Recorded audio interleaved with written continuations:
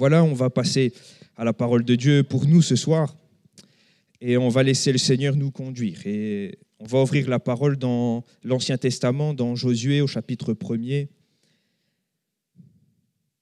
Et peut-être lire quelques versets de ce chapitre 1er qu'on connaît moins. On connaît bien ce chapitre 1er, fortifie-toi et bon courage, que ce livre de la loi ne se détourne pas de ta bouche. Mais ce qui m'a interpellé dans ce texte et ce que j'aimerais partager avec vous sous la conduite du Saint-Esprit, c'est une inquiétude qui était dans le cœur du serviteur de Dieu. On est face à la conquête. Le peuple doit entrer en possession de son héritage de Canaan, il doit entrer dans le repos. Et il y a dans le cœur du serviteur de Dieu deux inquiétudes bien précises. Dans le chapitre 1er, on va s'intéresser sur une. Et je crois que finalement, au-delà d'être une inquiétude du serviteur de Dieu, de Josué, c'était l'inquiétude aussi de Moïse. On le retrouve dans le chapitre 30 des Nombres, 30-32. On le retrouve présent véritablement dans chacun des serviteurs qui se sont succédés. Et bien plus que dans les serviteurs de Dieu, je crois que c'est un tracas, un souci qui était dans le cœur de Dieu même, concernant son peuple, concernant le combat, concernant la conquête. Et nous croyons que nous sommes aussi un peuple de conquérants. Amen. Nous sommes appelés à entrer dans les promesses de Dieu, nous sommes appelés à nous saisir de l'héritage, nous sommes appelés à entrer en possession de toutes les promesses que le Seigneur nous a laissées et nous sommes appelés à conquérir et à le faire. Et j'aimerais voir une dimension justement de ce combat, une dimension de cette conquête qu'il nous faut ne jamais mettre de côté parce que je le crois, c'est véritablement dans le cœur du Seigneur. Donc on va aller au verset 12 et on va faire la lecture jusqu'à la fin du chapitre. Josué dit aux Rubénites, aux Gadites et à la demi-tribu de Manassé, et rappelez-vous de ce que vous a prescrit Moïse, serviteur de l'Éternel, quand il a dit, l'Éternel, votre Dieu, vous a accordé du repos et vous a donné ce pays.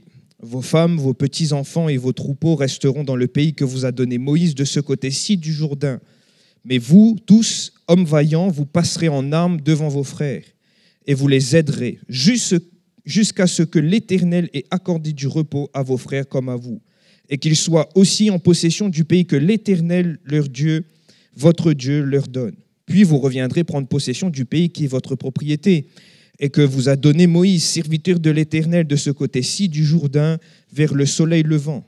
Ils répondirent à Josué en disant, nous ferons tout ce que tu nous as ordonné, et nous irons partout où tu nous enverras, nous t'obéirons entièrement, comme nous avons obéi à Moïse. Veuille seulement l'Éternel, ton Dieu, être avec toi comme il a été avec Moïse.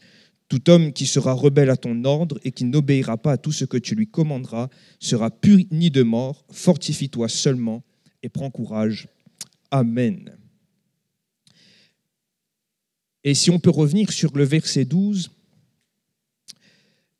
ça m'a intrigué dans cette lecture et c'est ce qui est vraiment paradoxal, c'est qu'on est là face au début de la conquête. Le peuple est à Sittim et ils vont partir de Sittim après en direction du Jourdain. Ils vont traverser le Jourdain, ils vont commencer la conquête. Mais lorsqu'on lit le texte, il est question quand même au verset suivant. Là, il parle à la tribu de Ruben, de Gad et à la demi-tribu de Manassé. Il est quand même question pour ces trois tribus d'un repos qui a déjà été accordé. Vous êtes d'accord? C'est ce qui est écrit quand il a dit « Votre Dieu vous a accordé du repos et vous a donné ce pays ». Il est donc question là pour ces trois tribus d'un pays qu'ils avaient déjà reçu, d'une part d'héritage qu'ils avaient déjà reçu. Et j'aimerais revenir un peu dans l'histoire d'Israël pour qu'on comprenne ce texte et qu'on comprenne finalement l'inquiétude qui pesait sur le cœur du serviteur de Dieu. Si on remonte quelques années auparavant, Israël est dans son pèlerinage dans le désert et Dieu est en train de conduire le peuple. C'est vrai qu'ils ont tourné en rond, il est vrai, mais un Dieu dans sa préscience, connaissant lui la fin de toutes choses, dirigeait aussi Israël en direction de cette ville de Sittim, là où ils allaient rester avec Josué et là où Josué allait débuter la conquête. Et alors qu'ils sont en train de marcher, qu'ils arrivent à proximité de cette partie est de la future Israël, on arrive dans Nombre 21 sous la direction de Moïse et Israël va devoir passer par le territoire des Amoréens. Et là, Moïse, il va faire quelque chose de très simple. Il va demander au roi des Amoréens si c'était possible de passer.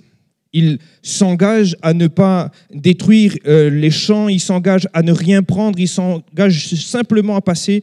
Et le peuple et le roi, surtout des Amoréens, va dire non. Il va refuser et il va rassembler ses troupes pour combattre Israël. Il va avoir un combat entre Sihon, roi des Amoréens, et Israël. On est des années avant la conquête. Ce roi va perdre. Dieu va donner en partage à Israël déjà des territoires. Ils vont avoir un autre combat avec Og, roi de Basan, qui va perdre aussi. Et Dieu va donner en héritage ce territoire à Israël. Donc, si on remonte à quelques années, et si tu pourrais afficher l'image, et essayer de vous imager ça pour que mon propos soit vraiment clair ce soir.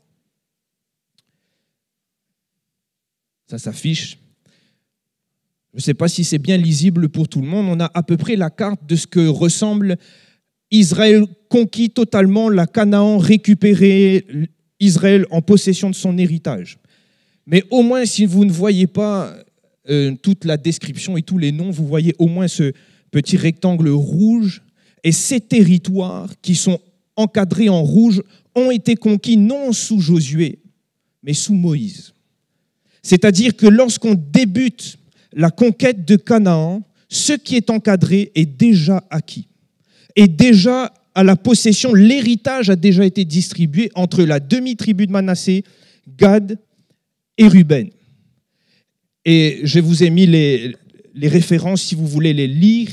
Et là où vous avez la petite flèche orange, c'est là où Israël va débuter sa conquête sous Josué. Et comprenez maintenant ce qu'il y a dans le cœur de Josué. Il est conscient que la demi-tribu de Manassé, Gad et Ruben ont déjà eu leur part de l'héritage. Eux, ils ont déjà le territoire. Mais il faut conquérir Canaan. Et dans son cœur, son inquiétude, c'est mais est-ce que ces hommes vont aller au combat? Est-ce que les Rubénites, les Gadites et la demi-tribu de Manassé vont vouloir prendre les armes pour aller conquérir l'ouest de Canaan, alors qu'eux, ils ont déjà leur territoire? Et cela m'amène finalement à nous poser cette question, parce qu'on va parler au-delà de territoire géographique, mais c'est des choses spirituelles qui m'intéressent. C'est finalement la sainte inquiétude que nous devons avoir. Face à toutes les grandes conquêtes spirituelles, face aux grands combats, est-ce qu'on est tous prêts à prendre les armes pour aller combattre? J'aimerais peut-être étayer encore plus mon propos. Mon frère, ma sœur, il y a des combats qu'on a déjà gagnés. Il y a des victoires qu'on a déjà remportées. Parfois, il s'agit de nos familles. Nos familles sont en paix, le Seigneur nous a bénis. Parfois, c'est sur le plan de l'emploi, le Seigneur nous a bénis richement dans l'emploi. Ça peut être aussi question du salut. Nous l'avons déjà obtenu, le salut, nous avons reçu Jésus-Christ. Mais ces combats pour lesquels nous avons déjà engrangé quelques victoires, parfois sont les combats de nos frères. À l'image d'Israël, Gad, Ruben, la demi-tribu de Manassé avaient déjà leur territoire, mais pas les autres tribus. Juda devait aller combattre pour récupérer son territoire. L'autre demi-tribu de Manassé devait combattre pour avoir son territoire. Et la crainte dans le cœur de Josué, qui a été aussi dans le cœur de Moïse, c'est est-ce qu'ils vont s'engager à prendre les armes? Et je nous pose la question, mon frère, ma sœur, est-ce que nous nous sentons concernés quand il faut aller au combat et quand il faut combattre des ennemis qui ne sont pas directement devant nous? Quand il s'agit d'aller combattre pour la famille alors que ma famille est en paix. Quand il s'agit d'aller combattre pour la guérison alors que je suis en bonne santé. Lorsqu'il s'agit de combattre pour le salut alors que je suis sauvé. Quand il s'agit de combattre pour la sanctification alors que je vis une vie de sanctification, en tout cas, c'est ce que j'espère. Est-ce que nous prenons encore les armes? Est-ce que nous choisissons de rester dans notre part d'héritage et que finalement nos combats ne sont motivés que par des gains qui nous concernent? Ou est-ce qu'on est d'accord d'aller au combat lorsqu'il s'agit de combats et de conquêtes qui concernent mon frère, ma sœur, l'Église, l'œuvre de Dieu? Un pasteur disait justement, parlant de ce qui se passe en Ukraine et en Russie, que malheureusement, beaucoup de personnes prient pour ce conflit, mais pas dans l'optique que Dieu bénisse directement les Ukrainiens ou les Russes, mais parce qu'ils ont peur que ces choses leur impactent. Finalement, la motivation du cœur est plutôt d'aller combattre pour la paix chez moi, plutôt que pour la paix chez eux. Et ça a été la crainte et le souci dans le cœur de Josué, dans le cœur de Moïse. Et mon frère, ma sœur, si on regarde bien, c'est aussi ce qu'on voit dans le Nouveau Testament. Jésus, il entre dans le jardin de Gethsémanée, il aurait pu aller seul, mais il implique ses disciples. Dans la prière, dans le combat, il va impliquer ses disciples. Pierre, Jacques et Jean sont là, sont présents, ils sont censés veiller dans la prière, sont censés combattre avec lui. On le retrouve aussi lorsque Pierre est en prison, l'Église est impliquée dans ce combat. L'Église n'est pas en prison, c'est que Pierre. Mais l'Église est dans le combat. L'Église va chercher, l'Église veut obtenir cette victoire. On voit aussi dans toute la vie et le ministère de l'apôtre Paul. Il avait déjà obtenu de belles victoires, il avait ouvert de belles églises, il avait obtenu de grands combats, il avait mené de grands combats, mais il avait aussi eu de grandes victoires. Mais pourtant, il va dire « Je ne cesse de prier pour vous. Je fléchis sans cesse les genoux devant le Père. » Et on voit que finalement, ces personnes, ces gens, ces chrétiens ont été sensibles et impliqués dans des combats, dans des luttes, même si finalement il s'agissait d'aller chercher, combattre, conquérir, pour que mon frère entre en possession de son héritage, pour que ma sœur puisse entrer en possession de son héritage. Mon frère, ma sœur, combattons-nous toujours pour que ceux qui nous sont autour de nous, celui qui est à côté de nous, puisse entrer en possession de son héritage. Combattons-nous toujours pour que celui auquel nous l'appelons frère entre en possession de la promesse de Dieu dans sa vie. C'est la véritable question qui survole tout mon message. Et j'aimerais aller plus loin et avancer. Je crois que le Seigneur, bien plus que nous poser cette question, veut nous amener à réfléchir combien il est important que nous soyons ensemble dans le combat. Pour Israël, c'était le cas. Pourquoi Dieu amène cette question dans le cœur de Josué, dans le cœur de Moïse quelques années auparavant? C'est parce qu'il veut que les Rubénites, les Gadites et la demi-tribu de Manassé s'engagent à combattre. C'était ça le cœur de Dieu. Il voulait que le peuple, lorsqu'il allait s'agir d'aller conquérir Canaan, lorsqu'il fallait entrer en possession, lorsqu'il aurait fallu aller combattre Jéricho, Haï et tous les autres villes et territoires où il fallait mener combat, il voulait que Manassé, que Gad, que Ruben soient présents au combat. Ce que Dieu voulait pour ce peuple, c'est que ces tribus soient un dans le combat. De plus, quand vous regardez dans les écrits, les hommes vaillants étaient aussi issus de ces tribus-là. Donc Dieu voulait que ces hommes vaillants soient utiles au combat. Dieu voulait que Israël soit un comme un seul homme au combat.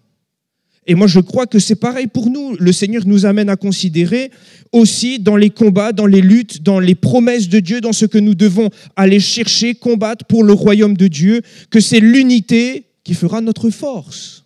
Que c'est finalement lorsque nous allons faire bloc, lorsque nous allons combattre ensemble, même si cela ne me concerne pas directement, mais que je combats pour mon frère, que je m'unis au combat, que je prends les armes, telles ces 3 tribus, je vais au devant du combat et je dis Seigneur, je vais combattre, je vais plier le genou. Dans cette unité, dans cette abnégation du combat, je crois que le Seigneur, c'est là qu'il veut nous amener, afin que nous soyons un et que nous remportions de grandes victoires. C'est l'image du combat face à Amalek, un ennemi qui semble irrésistible pour Israël, un ennemi qui semble invincible pour le peuple au tout début, après sa sortie d'Égypte. Mais la Bible nous montre que qu'est-ce qui a fait la force d'Israël? Ça a été la qualité technique, les hommes de guerre? Non. Ça a été que tout le monde avait un poste au combat. Josué était au front, Moïse était sur la montagne, il intercédait jusqu'à ne plus avoir de force, et Aaron et Hur supportaient Moïse et permettaient que le combat était gagné. Ce n'a pas été sur la dextérité de Josué, ni sur les prières seulement de Moïse, mais c'est l'association du tout qui a fait qu'Israël a gagné. Et moi, je crois que le Seigneur veut nous ramener à ces vérités-là. S'il y a bien sur un terrain où nous devons être un, s'il y a bien sur un terrain où nous devons faire bloc, c'est bien le combat. Parce que si nous sommes divisés, si nous sommes dispersés, si nous courons chacun après notre propre part d'héritage, alors qu'il y a des combats où il faut être unis, nous allons difficilement entrer en possession de certaines victoires. Je l'ai dit tout à l'heure, c'est en faisant bloc dans la prière que les chaînes sont tombées en prison pour Pierre, que la porte de la prison s'est ouverte et que la prière a fini par être une clé et qui a fait sortir l'apôtre. C'est une réalité encore quand la bouche de Jésus dans Matthieu 18, 19, texte que nous connaissons très bien, où Jésus va dire « Si deux d'entre vous s'accordent sur la terre pour demander une chose quelconque, elle le sera accordée par mon Père qui est dans les cieux. » Encore une fois, nous revoyons ce sens de l'harmonie, d'être ensemble, et ce mot littéral « symphoneo » qui veut dire être en harmonie, c'est-à-dire être ensemble. Il est question là aussi de faire bloc, de combattre. Pas toujours pour ma part d'héritage. Parfois, ce sera pour la part d'héritage de mon frère. Mais le Seigneur m'appelle et t'appelle, le Seigneur nous appelle tous à prendre les armes quand il s'agit d'aller au combat. Ah, on le chantait à l'époque, hein. Mon cœur s'emballe quand je pense à la croix, ma place est où? Au combat. À l'heure de la bataille, rester chez soi. Non, jamais, il y a le Covid. Non, jamais ma place est au combat. Mon frère, ma sœur, sommes-nous toujours au combat? Sommes-nous toujours dans la conquête de ces promesses qui concernent mon frère? Celui qui plie le genou seul dans sa chambre aujourd'hui pour sa famille. Celui qui souffre dans son corps parce qu'il n'a pas obtenu sa guérison. Celui qui lutte encore avec les passions et qui sait que cela vient altérer la promesse de salut pour sa vie, mais il n'arrive pas à s'en sortir. Sommes-nous au combat pour ces gens-là? Sommes-nous au combat quand nous voyons les familles souffrir, même si la nôtre est toujours en paix, que fonctionne bien, il n'y a pas de problème, tout est rose? Sommes-nous au combat? Conscient que mon frère, ma sœur a besoin aussi de moi pour entrer en possession de ses promesses, que mon frère, ma sœur qui est dans la lutte a besoin aussi de moi au combat pour entrer en possession de l'héritage. Mon frère, ma sœur, c'est la grande réalité. Face au combat, nous sommes appelés à nous unir parce que notre force découle de cette unité. J'aimerais aller encore un peu plus loin parlant de cette unité. Comprendre que s'il nous faut être en harmonie pour demander quelque chose, afin que cela soit accordé au Seigneur, c'est ce que Matthieu 18, 19 nous dit, il faut comprendre que cette harmonie ne peut pas découler d'autre chose que l'amour que nous avons les uns pour les autres.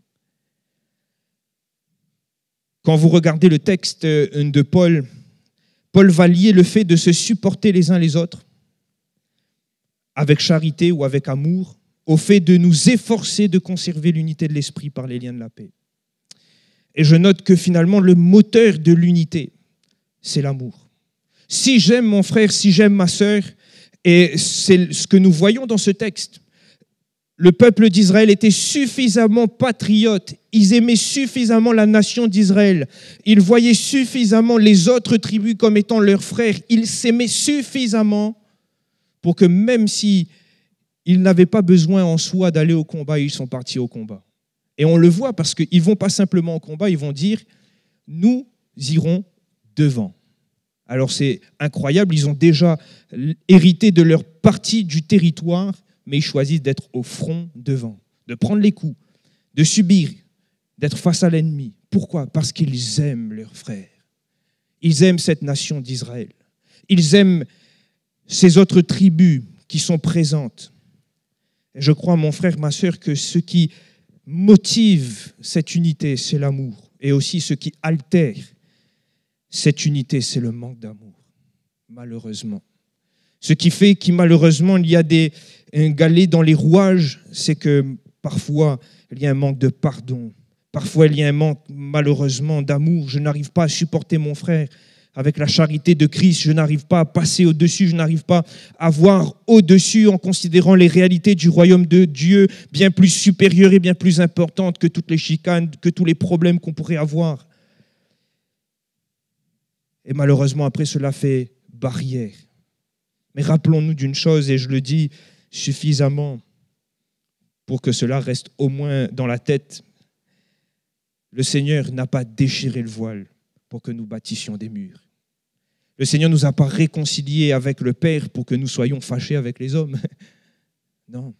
Le Seigneur a opéré la plus grande des œuvres afin que nous puissions vivre la réalité de l'unité par l'amour. Alléluia. Le Seigneur nous appelle à faire bloc dans le combat, à être ensemble. Le Seigneur nous appelle à combattre tous ensemble afin d'obtenir ces grandes victoires. On avance et j'aimerais remarquer avec vous, parce que bien plus qu'une simple unité, il y avait une motivation, une ferveur, il y avait une abnégation de ce peuple et de ces 3 tribus, de ces 2 tribus ennemies, vous voyez comment vous voulez le calculer, pour aller au combat avec Israël. Je l'ai dit tout à l'heure et je veux insister là-dessus maintenant. Ils ne répondent pas à Josué comme ils ne répondent pas à Moïse quelques années auparavant, oui, nous irons au combat. Ils vont répondre, nous irons au combat et nous serons devant.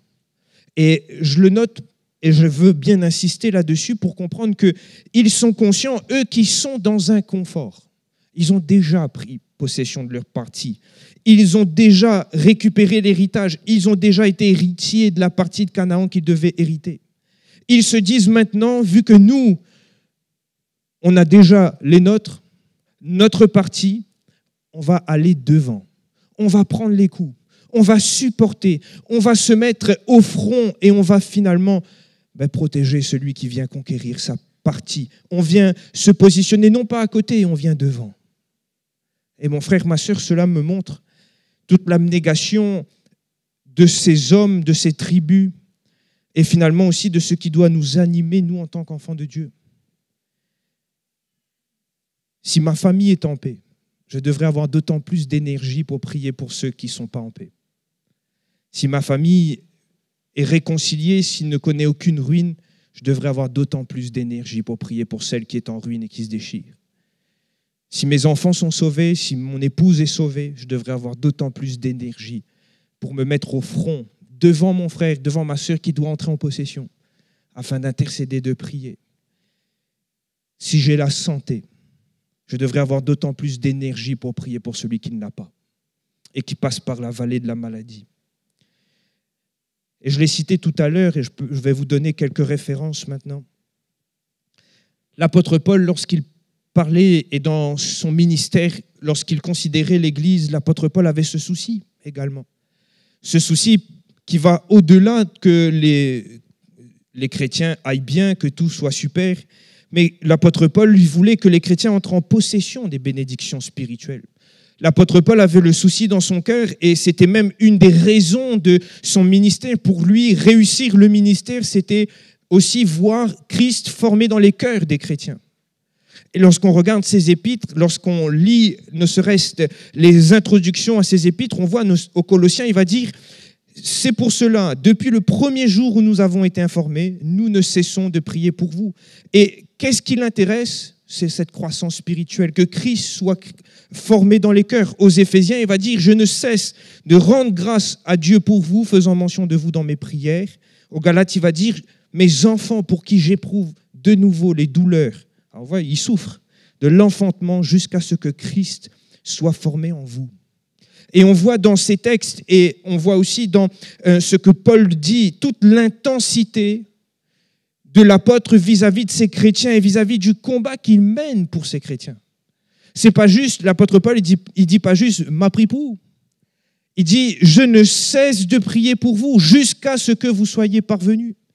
Il ne dit pas aux Galates « vous êtes égarés, vous vous laissez prendre par toutes sortes de doctrines, mais m'a pris pour ». Non, il va dire aux Galates « non, je prie ». Et vous êtes mes enfants pour qui j'éprouve les douleurs de l'enfantement. Je souffre encore. Et je vais souffrir encore jusqu'à ce que Christ soit formé dans vos cœurs. Et il nous faut comprendre que pour l'apôtre, il était question de souffrir jusqu'à ce qu'il ait vu.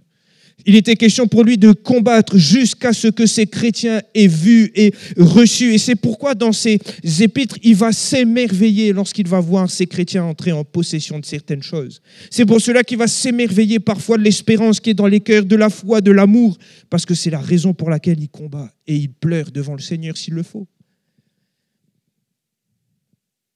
Mon frère, ma sœur, c'est quand la dernière fois que nous avons pleuré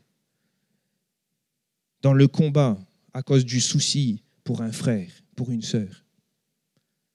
C'est quand la dernière fois où nous avons plié les genoux devant le Père et cessé de prier pour un frère, une sœur, parce qu'il vivait ou passait par une vallée difficile? C'est quand la dernière fois? C'est une véritable question parce que malheureusement, et la société aussi nous invite, on pleure souvent des fois, mais pour notre part. On plie souvent les genoux, mais pour notre bénédiction. On soupire sans cesse au Seigneur, mais pour notre croissance. Mais voulons-nous combattre, nous unir avec ferveur, avec abnégation? Voulons-nous savoir plier le genou, savoir combattre, savoir tenir le combat pour mon frère et pour ma sœur? Parce que finalement, c'est comme cela que nous allons pouvoir entrer en possession de certaines promesses de Dieu. C'est comme cela que nous allons voir aussi le Seigneur agir puissamment dans l'Église. C'est comme cela que nous allons voir de ceux qui sont captifs en prison, tel Pierre, sortir des prisons, les chaînes brisées. C'est comme cela que nous allons voir des boiteux être guéris. C'est comme cela que nous allons voir des âmes venir au Seigneur. C'est comme cela que nous allons voir des malades être guéris. C'est comme cela que nous allons voir des couples être restaurés. C'est comme cela que nous allons voir l'Église être bénie. Alléluia. Mais voulons-nous soupirer, courir après, combattre sans cesse, continuellement? Voulons-nous choisir d'aller au combat aussi pour nos frères, de prendre les armes et de se mettre à combattre pour les frères, pour l'Église? J'aimerais aller sur ce dernier point avec vous. Je remarque que ce qui nous permet d'être persévérants, ce qui nous permet d'avoir cette abnégation, ce qui nous permet de rester finalement dans ce combat, de ne jamais lutter. Et c'est ce qui a permis à ces hommes, à ces 3 tribus, de reprendre le combat et de se dire on ira combattre. C'est la parole de l'Éternel. C'est l'espérance et la foi qu'ils avaient dans la parole de l'Éternel. Regardez, c'est ce qu'ils vont dire à Josué. On ira, mais veuille l'Éternel être avec toi. Veuille l'Éternel, le Dieu de Moïse, celui qui a annoncé qu'on allait conquérir Canaan et qu'on allait le gagner, être avec toi. On va te suivre, mais si Dieu est avec toi. Pourquoi? Parce qu'il y a cette assurance et cette foi dans leur cœur, en la parole de Dieu. Et je le dis, c'est pareil pour nous. Qu'est-ce qui nous fait finalement pouvoir tenir dans le combat? Qu'est-ce qui fait que cela nous permet d'avoir une abnégation, même si c'est difficile, même si nous ne voyons pas le bout? C'est que nous avons la conviction d'une chose, c'est que ce que Dieu a dit dans sa parole, il l'accomplit. Que ses promesses sont oui et amen, que Dieu n'est pas un homme pour mentir, que celui qui a dit qu'il guérit, guérit, que celui qui a dit qu'il sauve, il sauve, que celui qui a dit qu'il baptise du Saint-Esprit, baptise du Saint-Esprit, et que celui qui a dit qu'il reviendrait est en train de revenir bientôt. On a cette assurance que ce qui est écrit dans la parole de Dieu, crois au Seigneur Jésus et tu seras sauvé, toi et toute ta famille, s'accomplit.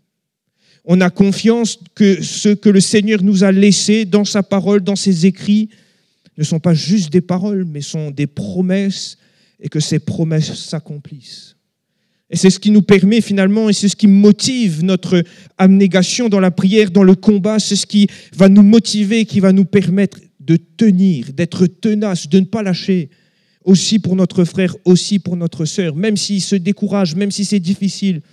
Nous nous appuyons non pas sur nos forces humaines, mais en disant « Seigneur, c'est sur ta parole que je prie.